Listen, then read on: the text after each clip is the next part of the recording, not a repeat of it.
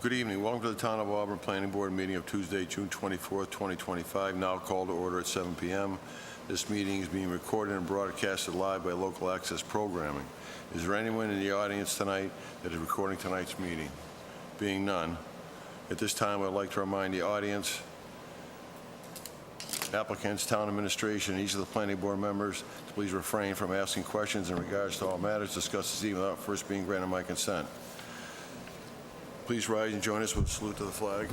I pledge allegiance to the flag of the United States of America and to the republic for which it stands, one nation, under God, indivisible, with liberty and justice for all.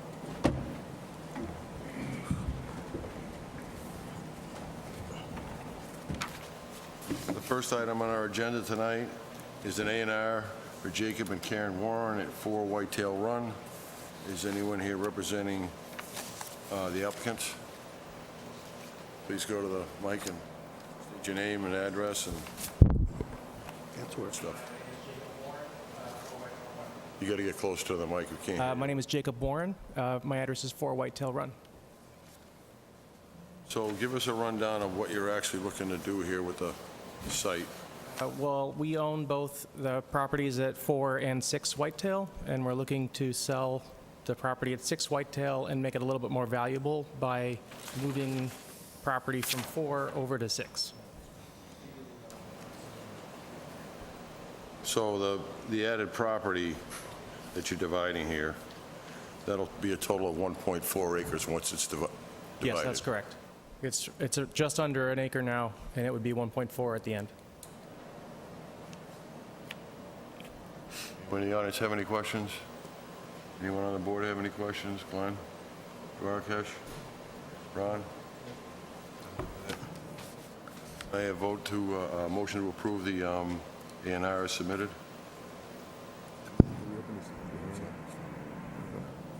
I move to approve the A&R. Do you have a second? I'll second. All those in favor, Glenn? Aye. Duarkesh? Aye. Aye.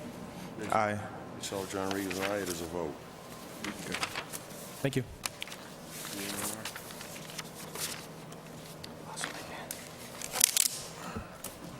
Don't go anywhere. Don't go anywhere. Don't go anywhere. You got to get your signed plans. Yeah, you need this. You need this. I know it's hot. You want to get out of here, but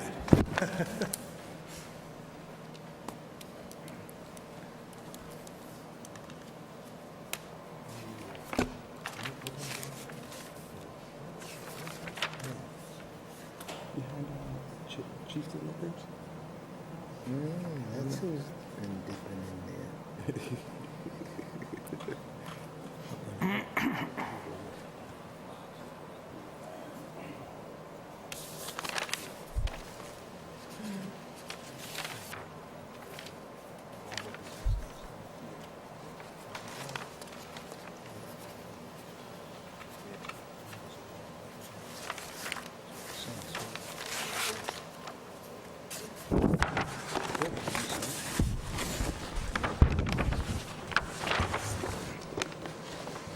Please bear with us while we get this set of plans signed.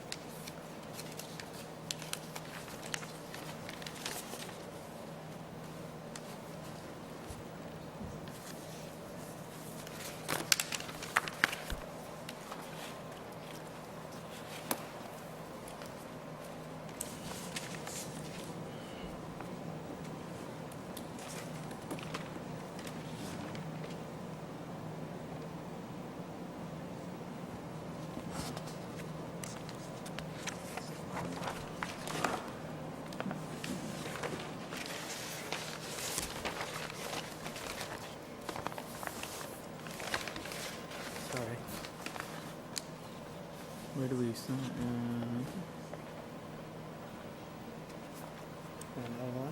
I think we're out of lines. Should I just give it to you? Let me just sign this. No. Please package. Yeah. Get too complicated. Yeah.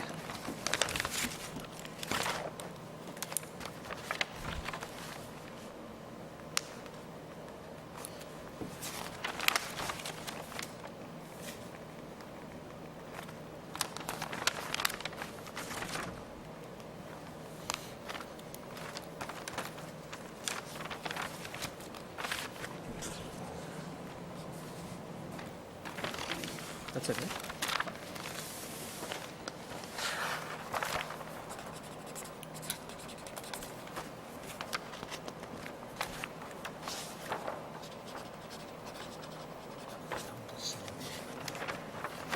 Regular pen or blank? Use a regular pen. Sign it. Block. I got the, it's working pretty good now. No, but you're signing with the Mylar pen. That might come off. Oh, this one here? Regular paper. Then I block. You gotta tell them. Sign the Mylar with us.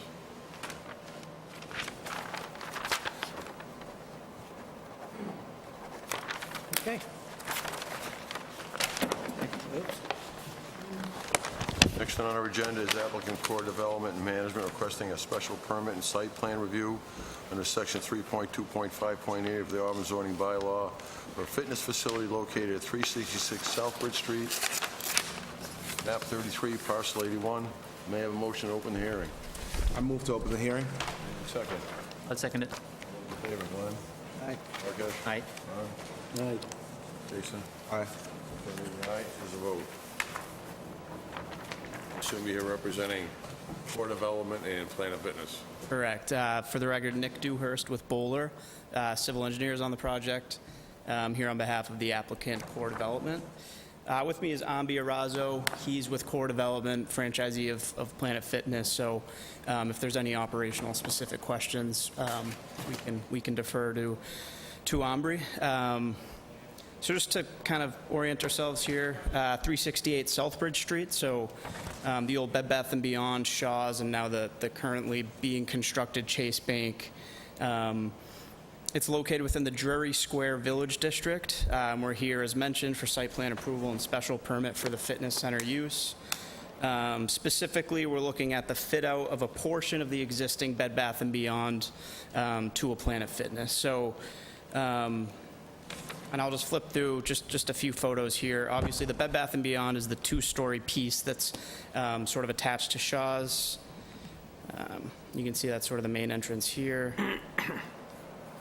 And just flip into the site plan. So, as I mentioned, Planet's going to take over just a portion of the existing space. It's 2 floors, so it's a big space. Planet will occupy around 18,000 square feet on the first floor, and then the remaining 4,300 square feet on the first floor and around 21,000 square feet on the second floor will remain unoccupied for future tenant space. The site scope, as I mentioned, it's pretty limited. Really, all we're looking to do here is some ADA parking improvements, just to bring the site into compliance from an ADA parking standpoint. So we're doing some saw cut, repaving, and regrading just for a small portion up at the front here to provide 3 new accessible parking spaces. We did have a DCG meeting a few months back where we were told that the Shaws actually, around a similar time, filed an application to do ADA parking improvements themselves. So we were asked to sort of loop these into one application. So Core Development and Shaw's and the landlord kind of work together to do that. So our proposal also includes those ADA improvements for Shaw's, which you can see are represented on the plans here as well. So again, the exterior site scope of the building is really just isolated to the ADA parking improvements. There is going to be some building improvements. It's mostly just minor facade changes. We did submit the architectural elevations and floor plans as part of our planning board submission package. From a parking standpoint, I was actually the engineer that did the Chase Bank project, and So we're, familiar with the parking requirements out here, and the site will continue to be overparked even, with the Chase Bank and the proposed or future condition. The site requires 174 spaces. And with these changes, just because of the restriping and creating some access aisles for the ADA parking, we're decreasing it by, I believe it's 3 spaces, so the total now is 270. So we're still, significantly above what's required by zoning. And the last thing related to the parking, Adam actually informed me within the last few weeks that the building official was going to be requiring the entire parcel, so the entire 368 parcel, be restriped. So everything outside of the scope of these ADA parking improvements are being required to be restriped. It sounds like they're pretty faded today. And Adam let me know that a letter has been sent to the landlord to inform them that is going to be a requirement. So we're aware of that. And with that being said, I'm happy to open up any questions. There's no utility improvements out here. It's really just isolated to the ADA parking, and then, of course, a special permit for the gym use. Any questions from the audience? Being none, Glenn, do you have any questions? I do, Mr. Chairman. I was wondering about the facility itself on the inside when you build showers and how you're going to handle the increased water demand, because that building never had, as many bathroom facilities and showers as you're going to have. Yeah, so, to your point, there will certainly be an increase in sewer usage here. We're not aware of any known sewer capacity issues. I can check the plan. I think it's a pretty decent sized sewer line that comes out of this building today. So we really don't foresee any issues, but we can certainly confirm that. And is the water tied in with Shaw's, or will it be an independent? The water service, Yeah. there is a separate water service that services each space. Okay, thank you. Ash? Yeah, a couple of questions, Chair. So one is the space at the back, it says future tenant in the plan. Is that, so that's not something we're discussing today, right? That's correct, yeah. So we're here for the special permit for the gym use, which is just a portion of the Bed Bath & Beyond. So see. the landlord will still reserve,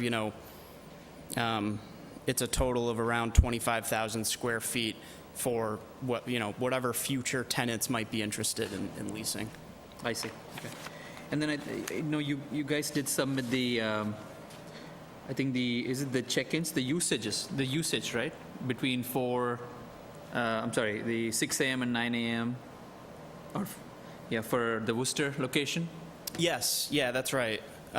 So we, as part, at our DCG meeting, traffic is one of the things that we asked about, if a traffic study would be required. Yeah. At the time, Ombre actually brought, they just did a newer Worcester location, as you mentioned. So we brought that trip data. We showed that at the DCG meeting, and they told us just submit that with your planning board package, and that should be fine. Understanding that gym use from a retail use, we don't really expect an increase in trips.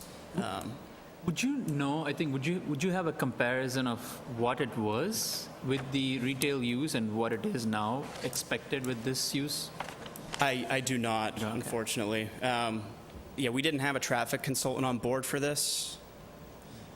Just because, as I mentioned, it was at the DCG meeting, it was told to us that the Worcester traffic information should suffice.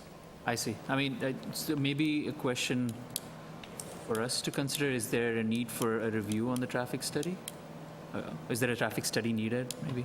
I don't think so, because I think the amount of trips in and out Yeah. throughout the day, it's always 20, 25. Like living in town and going to Shaw's all the time, you see 20, 25 cars. You're not going to have that many all at once. Maybe between 6 and 7 in the morning. Yeah. Early on or way late at night, but I don't see any need for a traffic study. Yeah, no more You're not going questions. to get a Christmas rush with people Right. all Yeah, it's not like like before. right. Ron, do you have any questions? John, because it's in the first space, it's supposed to be under architectural review. That goes to the planning, building commission, not us. And they're not really changing the facade at all. They're just taking out 2 doors, instead of 4 doors, it's just 2 doors. So not really changing the architecture of the front of the building other than the doors, correct? I'm sorry, what was that? You're not changing the architecture in the front of the building other than the doors. You're taking out 2 of the doors and just leaving 2 for in and out. That's as far, yes, that's what I Double door- It's a understand. double door. Correct. No, my only concern was the striping of the overall lot, and I think you addressed that, or the town's addressing with the landlord. My question would be is, Glenn had brought up the added bathrooms and showers. Have you talked to the Auburn Sewer Department to see if that service is actually viable to handle that much So extra flow? we haven't specifically. I know when we were at the DCG meeting, that's something we asked about, if they envisioned any capacity issues from a water or sewer standpoint, and we were told no. We also had discussions with them about stormwater improvements, or if anything like that would be required. And I forget who specifically from DPW we were speaking with, but we're happy to, get those in writing and revisit those conversations just to confirm that. And the water demand for the showers and the bathrooms a lot more than it was for Bed Bath & Beyond. Yep, Has I'm sure, yeah. the Water District been contacted to see if your service line is big enough? Yeah, and that's something, we can also confirm that with the Auburn Water District as well. That'll probably be 2 of the conditions. Okay, yep, absolutely. Anybody else have any other questions? Anyone from the audience have any questions? Being none, I would like to have a motion to approve with the conditions that they get it in writing from the Auburn Sewer Department and DPW. I won't close the hearing yet. And then also a letter from the Water Department saying that the usage is fine. May I have a motion to close the hearing? I'll make the motion. May I have a second? I'll second it. All those in favor? Glenn? Aye. Aye. John? Aye. Myself, John Regan, aye. It is with those 2 conditions, that the sewer department, you have to have it in writing, and from the water department in writing. On that, you're all set. Just doing the inside. What's that? Not really doing anything to the building except for the inside. Yeah, it's an easy one, thankfully. Actually, I have the next one too, so I'll just stick Right around. over the hill from me. Stafford Street. All set. There you go. I used to be a member. Next on the agenda is applicant Bank of America requesting site plan review under section 3.2.5.11 of the Auburn zoning bylaw for parking improvements in an existing bank located at 376 Southbridge Street, map 33, parcel 82. May I have a motion to open the hearing? I'll make the motion. May I have a second? Second. All those in favor, Glenn? Aye. Rakesh? Aye. Ron? Jason? Aye. Myself, John Regan, aye, is a vote. So Hearing's thank now you. open. Sorry. Hi. Yeah, Here we go, the next Todd Broder. Okay, can you give us a quick rundown of what you're actually doing there? Yeah, so it's a little, it's kind of funny. So it's really just a coincidence that we're in here for, I know there's been a ton of work really in this area with the Chase Bank and now the Planet Fitness. This is a completely different parcel with completely different ownership, so it really is just a coincidence that this application's coming in at the same time. Basically, we were approached by CBRE, who's the owner representative for Bank of America. There's just some pavement that's in relatively poor condition, and I have some pictures here. There was a geotechnical study was done, really just some pavement cores, which would allow them to provide a recommendation to the bank as far as what they would recommend to whether, a mill and overlay, just a resurfacing, full depth repaving. And the recommendation that they gave us in the bank was to essentially remove both layers of pavement, level out the gravel subbase underneath, recompact, and then repave both layers of pavement. So that's really what the plan is here, and the plan is to do that for the entire, essentially the entire parcel or paved limits of the parcel. It's further delineated on the plans. It's a little tough to see here, but it's supposed to be kind of shaded back. So we're essentially matching the grades and the existing pavement limits today. However, we are adding an additional 8 parking spaces, but we're actually doing that by, and at the same time, reducing the paved area. So we're adding additional landscaped areas. So you can see here, there's kind of this island. I think if you can see my cursor in this area that we're adding, and then we're adding another island up here. So we are increasing the landscaped area, and then everywhere else it's really just those pavement improvements. So removing both layers of pavement, leveling and recompacting the gravel, and then repaving both courses, and then essentially restriping to match existing everywhere there's existing parking, and then of course the new striping. And just to point out where those 8 new spaces are coming from, they're going to restripe 4 new spaces up here, and then 4 within this island here.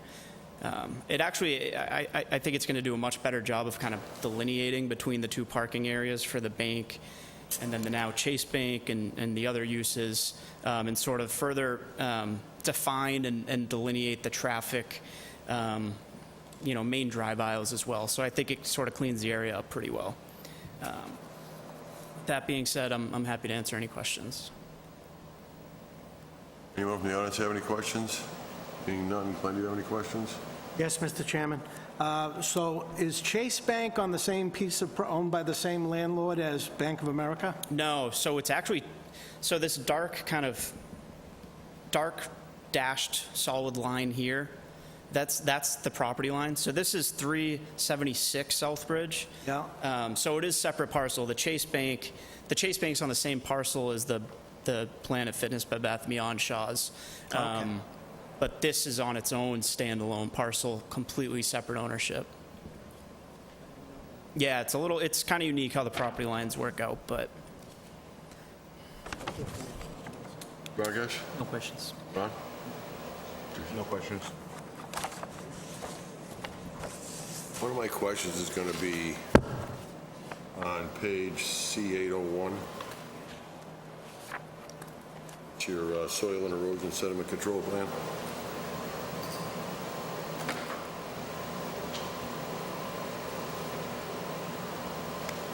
yes. I see the area for your stockpile, which can be moved, Yeah, absolutely. which is understandable. Yep. But up to the left, you have catch basin, proposed inlet protection typical. Now, I get what the SF is, that's silt fence, Correct. but what's the ECB? Is that something So that's concrete erosion block? control barrier. So is it just going to be wattles around the catch basins? That's correct. So this is the detail for the catch basins? Yes. No, the catch basins will be silt sacks. Silt sack? Yeah, so that's the detail for this inlet protection. And then around the stockpile, it will be the silt fence with a compost filter sock. Now, just educate me on the wattle. Usually they use hay. What's with the compost? So- First time I've seen it. I don't know, to be totally honest. It's more, I think it does a better job on pavement specifically, because they can kind of get more flush to the ground. I just know it's similar to like a flocculent tube. I don't know if you're familiar with that Oh, the term. flock tube is, yeah. Very, very similar to that. It essentially is the same thing. Well, flock tube, when the water hits it, if it's muddy, it just drops out of the flock tube, and then the clean water runs on. And then you're putting in concrete curbing, but I didn't see any concrete around the concrete curbing in the detail.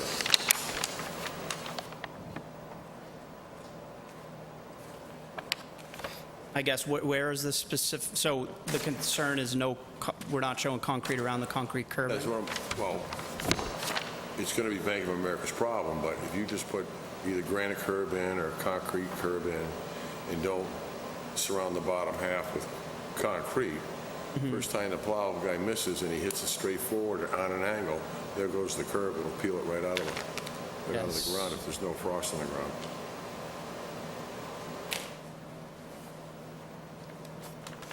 Yeah, so we have the precast concrete curb, 6-inch reveal.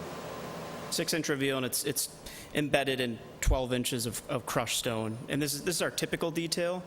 I know like a granite curb, yeah, we would typically, there would be almost a footing, for lack of a better term.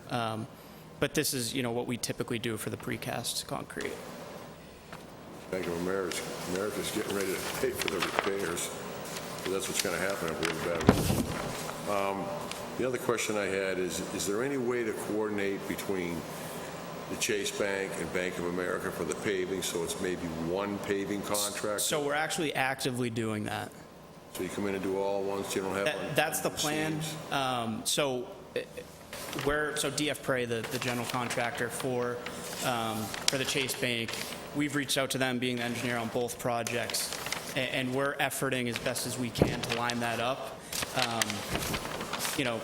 Obviously it's two separate parcels and two different entities, so we're trying our best to get everyone to play ball, and it's going well so far. But we'll just continue to, get those schedules lined up. Obviously, it's tough to guarantee anything. If CBRE is at a point where they're not, fully ready to do their work, I don't think Chase is going to go shovels down and wait for them. So, but we're absolutely doing our best to make that happen. I know Bank of America is going to kind of jump right on these improvements once all the approvals are in hand. So that bodes well for that coordination. It's really just how the timing all works out of things, but that's something that we're actively looking into. So are you peeling up all the asphalt and hauling it away, or are you going to pulverize it and mix it? No, they're removing it. It's not going to be reclaimed at all. It's going to be stripped and removed down to the gravel base and then recompacted. Really? Gravel base. Yeah, yep. They're going to bring in fresh, clean gravel. If there's any low spots in the gravel, they'll, bring in fresh gravel, level it off, compact it, and then repave entirely. But if you pulverize the pavement, you wouldn't need any of that. You'd have excess to grade off and just haul off the... Yeah, that's... Gives you a better base. Yeah, I know that it's just what the geotechnical engineer outlined in their recommendations. And I think, what does the geotech know about paving? Yeah. The other question I had was, I believe I read in there that it was only 6 inches of gravel underneath the paving. It should be a foot. I mean, granted, cars aren't that heavy. You got Brinks trucks going in and out of there. You got trailer trucks cutting through there. Yeah. Yeah, I think from the bank's perspective, obviously they're, trying to find a somewhat cost-conscious solution here. So leaving the existing 6 inches of gravel. For both banks, they got plenty of money. Yeah, you're right. I agree. I don't have any other questions. Anybody else from the audience have any questions? Anybody from the board have any questions? May I have a motion to close the hearing? I'll make the motion. May I have a second? I'll second. All those in favor, Glenn? Aye. Rakesh? Aye. Ron? Jason? Aye. Myself, John Regan, is an aye. It is a vote. May I have a motion to approve? To approve this Project. This project? Sorry. I'll second it. All those in favor, Glenn? Aye. Aye. Rakesh? Ron? Jason? Myself, John Regan, is an aye. It is a vote. All right, luck. appreciate it. Have a good night.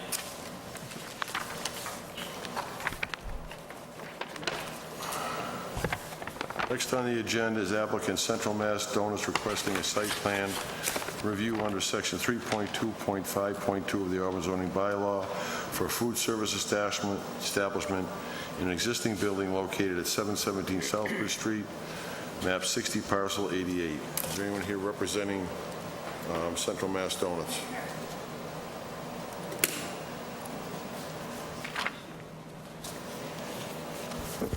Good evening. For the record, I'm Patrick Healy. I'm a civil engineer with Thompson Liston Associates in Boylston, representing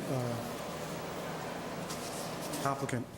So we were asked to do a parking study at the site where there's an existing Dunkin' Donuts that was recently renovated.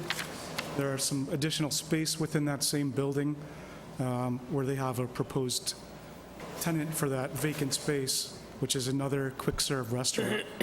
So we looked at the number of seats in the Dunkin' Donuts, the number of employees on the peak shift, and we looked at the other tenant, its number of seats, number of employees, and we looked at the remaining vacant space and assigned a number of parking spaces to that based upon the town's zoning bylaw. And we've determined that those combined uses require 29 spaces. There are 29 spaces existing on the site. And we also looked at the peak demand hours for each of those uses, and we conclude that that number of spaces is adequate for the various uses. So in submitting this letter to the building inspector for the occupancy of that additional space, his opinion was we should come to the planning board to discuss a modification to the site plan approval, because the space in that building is looked upon from the building occupancy perspective as a different use.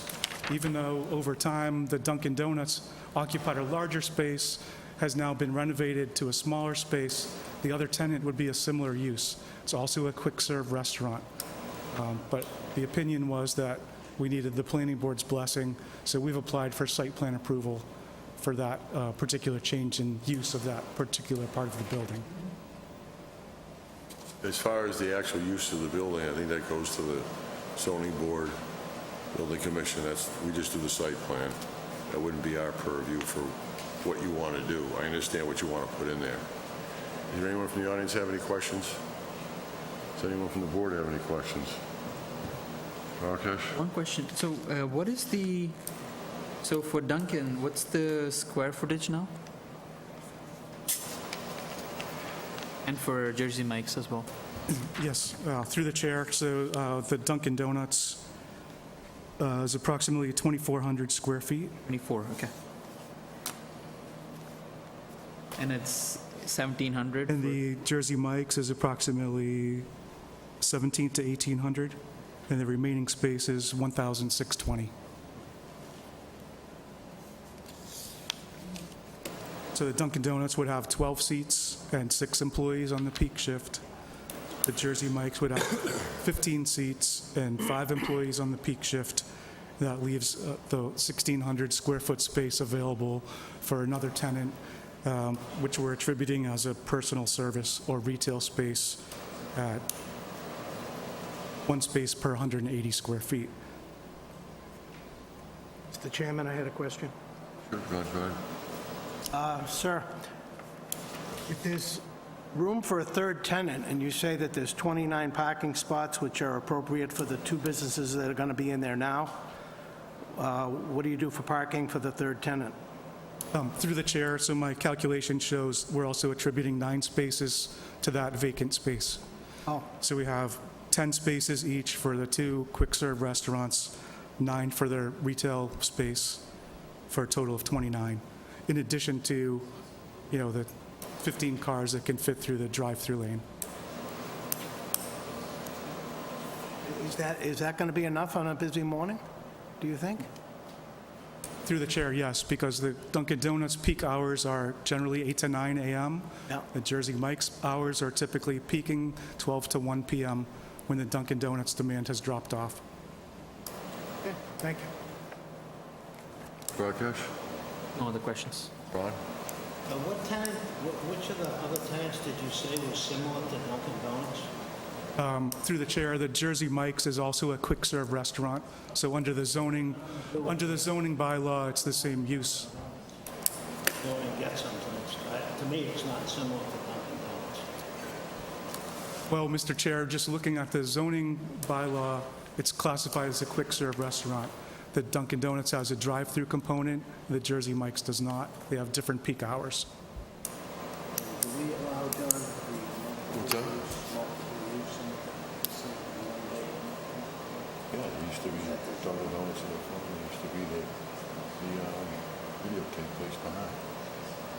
It was always double use, always. It just hasn't been for a while. Jason, you have any questions? No questions. I got a couple of questions.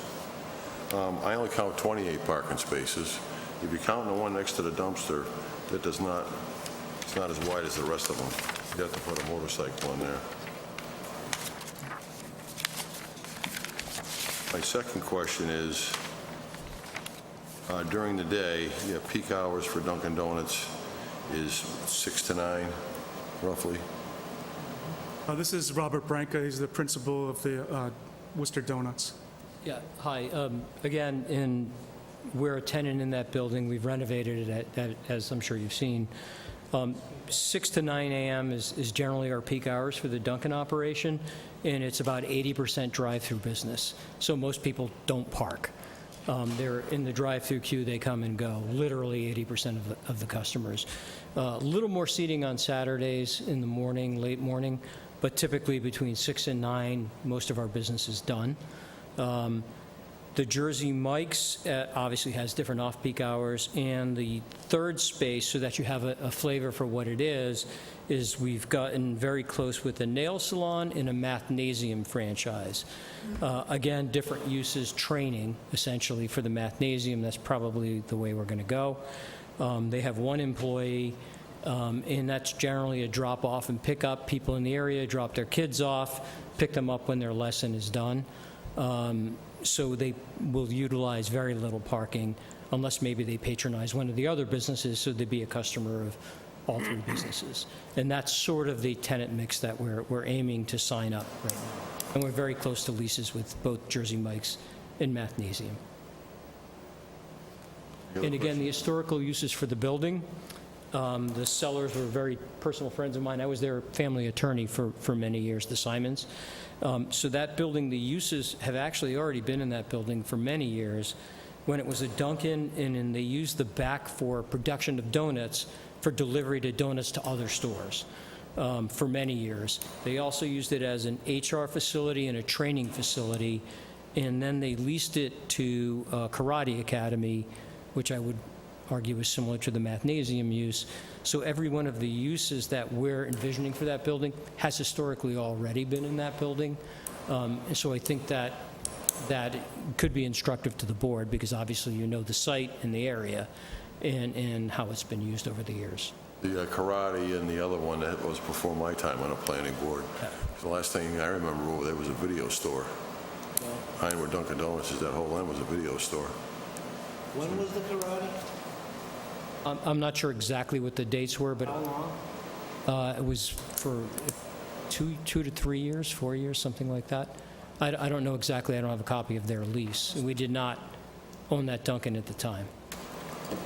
But I do know that they used that back facility as a training facility and for production, for delivery of food to other locations.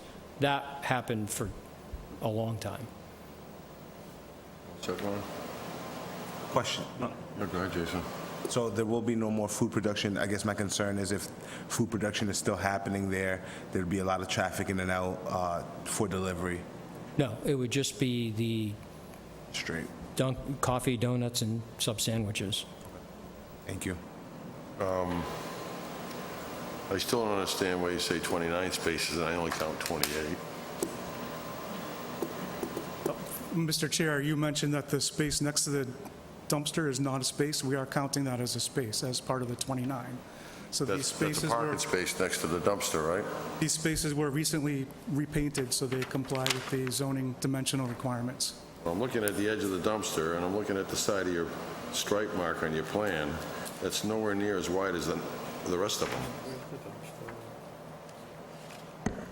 So, Mr. Chair, I think you're seeing in this photograph a shadow from the dumpster extending into the space.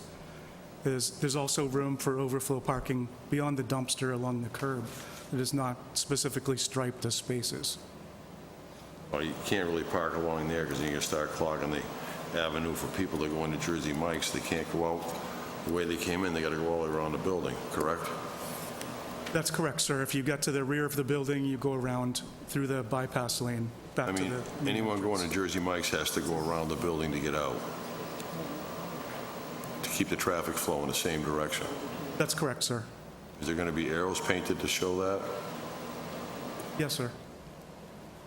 And then my only concern is, it happens now with just Dunkin' Donuts in there, that line, the queue line gets so long, and then anybody that goes in and parks, they have a tough time getting out because the line's so long going through the drive-through. I don't think you'll have that problem with Jersey Mike's because they open at, what, 11, 11:30? We wouldn't have that line when, like, they're not open till 11, so, Time do they and our close? business is largely done for the day by 11. We're generally preparing for the next morning after 11, pretty much the rest of the time we're open. So what time does Jersey Mike's close?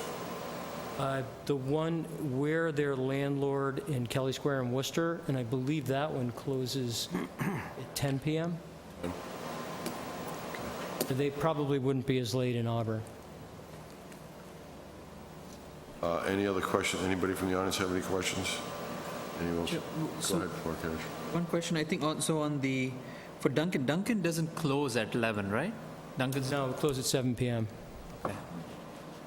but you don't expect an overflow or a parking situation where the drive-through line is so long that it blocks people from coming into Jersey Mike's?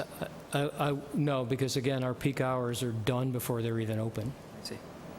And we wouldn't select a tenant where that would happen because it would, obviously would hurt our business. Maybe a more general question.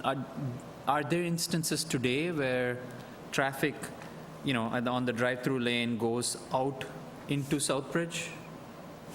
Not that I've seen. Like, I can't say it's is there a never traffic happened over backup that history, goes- but we have a service time of 2 minutes or less for our drive-through service. We have to meet that time. We actually have literally there's a clock over the drive-through inside that times that. We get benchmarked on that. If we don't meet that service time, we could lose our franchise. So that's one of our core business principles is 2 minutes from the window Right, to right. exit. I'll just say that in the morning, usually, as he said, after 9 o'clock or right up to a little Okay. after 9, it's pretty clear. So I don't think there'd be a big interference with Jersey Mike's. And they close at 7 now. And I think there's enough of an overlap that it'd be all right. So what did you say the third tenant was going to be? Some sort of training? We're very close to a lease with a company called Mathnasium. They're a franchise. They do math tutoring for students. And that's typically, and I know some franchisees that operate that business, which is how we're getting them as a tenant. Typically, it's the parent drops them off, picks them up, that kind of thing. Depending on After school. So the number of students, how many teachers you're going to have? they typically, well, it's only 1,600 square feet, so they'll have one classroom, a bathroom, and like a file room. And that's the build-out that they've proposed to us. May I have a motion to close the hearing? Can I I'll ask You got one more- another question, I want Ron? to say one more thing. Sure. Just want to make sure that you put directional arrows there, one way in and one way out. Yeah, if you want to condition the approval on that, we're happy. Gotta have that, I want that as a condition. And, because every once in a while, you get somebody that tries to turn around and go out the other way. and Correct. It screws everything up. Right, we took the pains to have that bypass lane around the drive-through for that reason, so we don't object to, we want the site to work. It has to work, yeah. I had one other question, Mr. Rick Barton. Chairman. What happens if you get 2 delivery vehicles there, one for Jersey Mike's and one for your Dunkin' Donut product? Our Dunkin' delivery, we have once a week delivery. We have donut delivery from our commissary. That happens at like 3 a.m. in the morning, Yeah. every morning. We have one large delivery once a week, and we can time that so that it doesn't interfere with that. And again, that's something we would do, because again, we don't want to keep customers from being able to So you're get gonna onto the lot. coordinate that Yeah. with Jersey Mike's? Okay. May I have a motion to close the hearing? I'll make that motion. May I have a second? Glenn, all in favor? Rakesh? Ron? Aye. John Reed, does a vote? The hearing is now closed. May I have a motion to approve? I'll make the motion to approve, subject to directional arrows in and out, and any other signage you might put up. It just trying to somehow addresses the people that try to go out the other way. I'll second it. All those in favor? Glenn? Aye. Rakesh, aye. Ron? Aye. I myself was an aye. It is a vote based on those conditions that Ron stated. Thank you very much. Welcome. Thank you, have a good evening. Next on the agenda is applicant New Singular Wireless requesting site plan approval under section 9.3.11 of the Auburn zoning bylaw for a wireless telecommunications facility at 174 Leicester Street, map 39, parcel 30. Is there anyone here representing them? I am, Mr. Chairman. I hate to tell you, but we can't vote on this tonight. Why is that? They just got the plans on Friday. I had no time to review that. It's supposed to be in 2 Thursdays before our meeting, so they have time to get it to us, and we have time to review. 2 Thursdays or Thursday? Even the Thursday before would help, because we... Yeah, the problem was we had a holiday on the Thursday and didn't get them. That's not... I haven't had time to look at the plans. No one else here has had time to look at the So plans. typically, if the Thursday's a holiday, it would have to be in by Wednesday. Correct. Okay. Not much I can do about that. I can't rewind that. Were there any particular questions from the Graves report, or Haven't even had. anything that we... Other than they said a lot of it, they referred back to the zoning board, It did. and they were concerned about the height being too tall, and you have to have a 300-foot setback from any private property, which you don't have. So if it's a 140-foot tower, and from our previous meeting, you said if the wind gets too strong, it collapses in half before the whole thing will come down. It's only 70 feet. So you're well within the range of the lot, not to hit a private. Well, we're not, and we did get relief from the zoning board of appeals for the height, the setback, and the use. So that's already been decided. The decision was filed. The appeal period has expired. So those comments 2, 3, 4, and 5, I think, from the Graves report, as I responded, the zoning board has granted relief from all of those.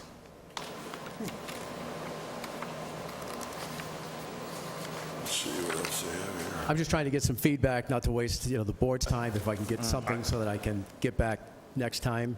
Yeah, we have all of GEI's comments. I have no responses from you, unless they're wrapped up in this set of plans. No, you should have a letter from me with all of the responses, including, I don't have it. I don't know if we got lost in the shuffle, but I don't have it. Okay. So that would be prudent to resubmit that. And we already have the plans, so we have time to review between now and our next meeting. yep, when's the next meeting? That would The be 8th. July 8th? 8th. July 8th. Just take a quick... July 8th. July 8th. Through the chair, with those maps, there was some letters in with, that I gave to everybody tonight that was part of that. Okay, so I it could believe be it's some of the comments, correct. The Graves comments could be in here. He just said he thinks the Graves comments are in this bundle, so With the plans. you should be all set with not having to readdress this. In fact, you know what, I'm going to check it right now, make sure. You said 7, you said The 8th, July July 8th? 8th, yeah. that does work.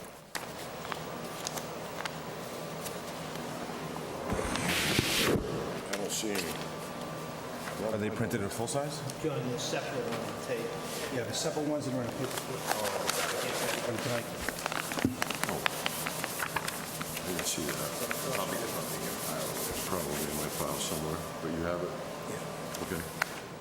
So now we'll have a chance to review that before our next meeting, the plans and your responses. Okay, so do you have We do have. our do have response? it. Thank you. Yeah, we just got it. Phew. So may I have a motion to continue to our next meeting? I move to continue to the July 8th meeting. May I have a second? All those in favor? Glenn? Aye. Rakesh? Aye. Ron? Jason? Aye. Myself, John Regan, is an aye, it is a vote. We'll see you Thank you, and next my meeting. apologies for the tardy delivery, and have a I happy hate to 4th. disappoint you, but... Next on the agenda is applicant Arbor Recycling requesting site plan approval under section 9.4.1 of the Auburn zoning bylaw for a warehouse at 4749 Rockland Road, map 17, parcels 177 and 222.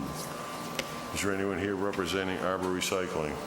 Through the chair, we received a notice from Fletcher Tilton that they wish to continue to the July 8th meeting, as they're still addressing comments from DPW regarding the width of the entryway going in and the paving.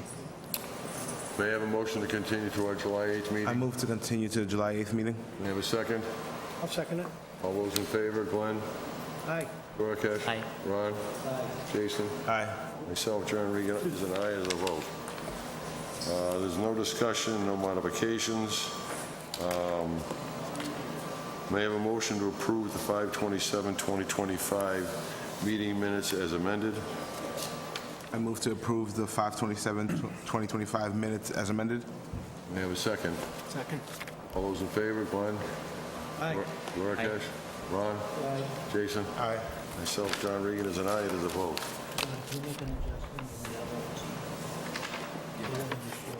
Yeah. As amended. May I have a motion to approve the 6/10/2025 meeting minutes as amended? Those in favor? I'll second the motion. Second. I'll second the motion. All those in favor, Glenn? Aye. Duarkesh? Aye. Ron? Jason? Aye. Myself, John Regan, is an aye. There's no unforeseen business by the chair. I don't see was at a town Through the planner chair, update. we did receive from Caitlin Johnson for the town manager's office. The CMRPC is looking to have 2 delegates from the planning board for fiscal year 2026. Okay. So she was looking to see if anybody on the board would be interested in serving as a delegate for fiscal year. I thought John volunteered for that. They have. As a matter of fact, yes, he did. We just discussed it. You have to volunteer in order to become a member. I think you're right, John, he did. They want 2 members of the planning board? Through the chair, in fiscal year 2025, you had Sierra Smara and Jason Arizzi as the delegates. Arizzi. That's what they have on record, so they're looking for delegates for 2026. June? Was June the end of the fiscal year or the start of the new The fiscal end of June is the... Yeah, the end of fiscal June, year. so next Monday. That's July 1st. So I think he volunteered, but I don't think, because we haven't voted on our positions and our delegates yet. Yeah, we do have to do a reorganization. What's the commitment here? What are, Jason, you were there for last year's discussions? Yeah, it's to be quarterly meetings. I try see. to make, a lot of them are virtual. I see. Try to make some of them, they'll have like an end of year event. This Okay. year, I think it's in Leicester. Okay. So it's going to have to wait till our next meeting until we all let you chance to think about it, and John's here, hopefully. He may want to re-volunteer. I don't know, Jason, you're going to want to re-volunteer? I don't know, I'm gonna see my schedule. Okay. So we'll postpone that, or Yeah. we get anybody?